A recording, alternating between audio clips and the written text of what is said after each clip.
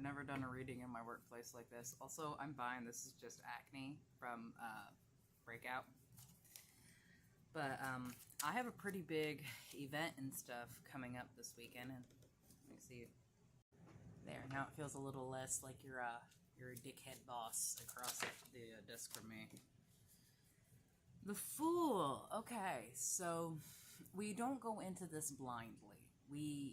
We have experience. We have things that we can draw on in our next challenge, our next adventure. For myself, that's happening literally very soon, my next adventure. And I'm very excited to go on this journey.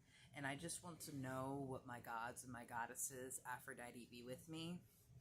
What I can know for myself, for peace of mind, for safety and security, and just in general, what am I allowed to know about this? Because I don't like pushing the gods to reveal to me more than I need to know. So there's the Five of Wands.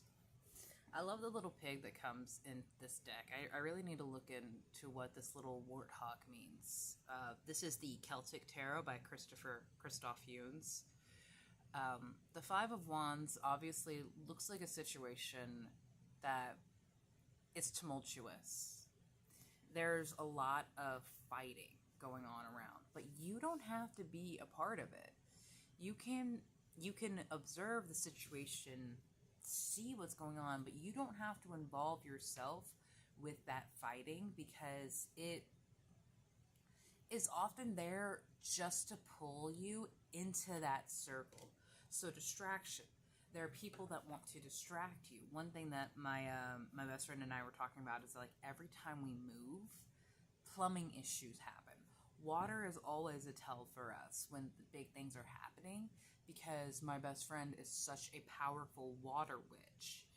And, like, every time we move, there's massive rains. Right now, where I am, we are getting the first rains that we have been needing. We have been needing this rain. The earth has been dry and suffering without this. That is very interesting. So we don't go into it blindly. And there are people that want to distract us. There are those who want to pull us out of what we have worked for. The Nine of Shields in reverse. I have to cover this up because she's bare.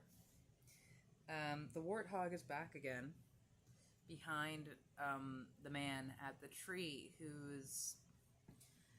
It's very much giving the hermitage energy, and I really don't want you guys to isolate yourself because you feel like all that you have done is for naught, because that's what the Nine of Shields represents. You are surrounded by everything that you have come, and it's almost the 10. It's almost harvest time, but it's still on the vine, lushful and thriving. And it just needs permission. Thank you. Give me a... Stop that at 333, and there were 3 releases right there. And 7 of Wands.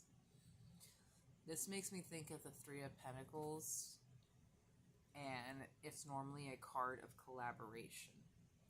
And there are going to be people that are going to want to try and cash in on what you have worked for. People saying that that which you have is mine, because those were the same people here that were fighting with each other, trying to get up in that point. But instead of fighting and beating the sticks against each other pointlessly, you used yours to climb up, and people criticized you for that. People say, why are you better? Why are you greater? Why are you so much more important than me? Because for some reason, when we see success in another person, we take that as a personal slight, and that's a damaged ego. And again, I don't read anything that I don't personally experience. So I have felt that at some point in my life, and I am working through that. Healing, not healed. 444, as I said that. Thank you, Spirit. Thank you so much. So, normally with these brief ones at work, I only have one deck, but I really wanted to pull an oracle as well. So, Its time is in reverse. Comfort, resolution, and presence. Comfort and resolution came out upright, and presence was in reverse. That's very interesting. Give me a second to contemplate. So this is the sort of warning that I have personally been feeling with my own job here, is getting too comfortable in the situation and falling back to sleep and not making the decisions that need to be made. Letting time get away from you and not being present, not being where you are in the moment because you're too tired from everything that you've had to do in the day. And I absolutely understand that. I work retail in a very masculine heavy field. So not only do I get the brunt of retail energy, I get misogynistic energy thrown at me, and then leering energy. I have had customers touch me and make comments about me simply because I am in this field, and they think that gives them a right, or they think that gives them permission. And I've already been discussing this with my best friend, that once we get back from this event, if we did not find something there to help us escape, to help us move, I will be looking for a different job that is hopefully going to pay more. But the distraction pulls you into a false sense of comfort, false sense of security. You can't leave because we need you. What are we going to do without you? You make this so much easier. Or if in sometimes my case, you've dealt with the trauma and self-issue of feeling like a burden on people around you. So you make yourself a martyr. You sacrifice yourself like a lamb to make life easier for everyone else. And in doing so, you make your life more hellish and more miserable. But you think that's what you're supposed to do because it's like a hit of a drug. It's like the hit of a drug, getting that praise and gratitude from whoever you're helping. And there's a lot of us that adopt really broken people. And again, I am a broken person too. We are healing, not healed. But when you are dealing with shattered glass like that, there's always going to be something that needs to be fixed, something that needs to be mended. And you can't take that onto yourself to solely fix that mosaic when it wasn't even your piece. It was not your dream. It's one you thrifted. It's one you gathered. And while you may love it, while you may find a value and comfort in it, it itself is just another distraction pulling you away from what is truly hollowing you out inside.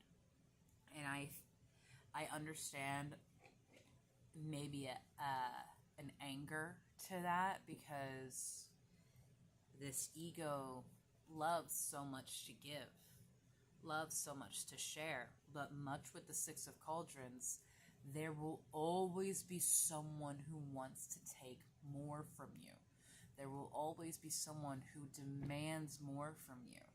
And until you lay down the boundary that says no, they will continue to take from you because they think it's their right. They think it's their permission. And they will be the ones in the warmth of what you've created, and you will be the one out to suffer. They will be the ones thriving in all of these seeds that you planted, and you will be the one wondering, where did it all go wrong? And you're going to blame yourself.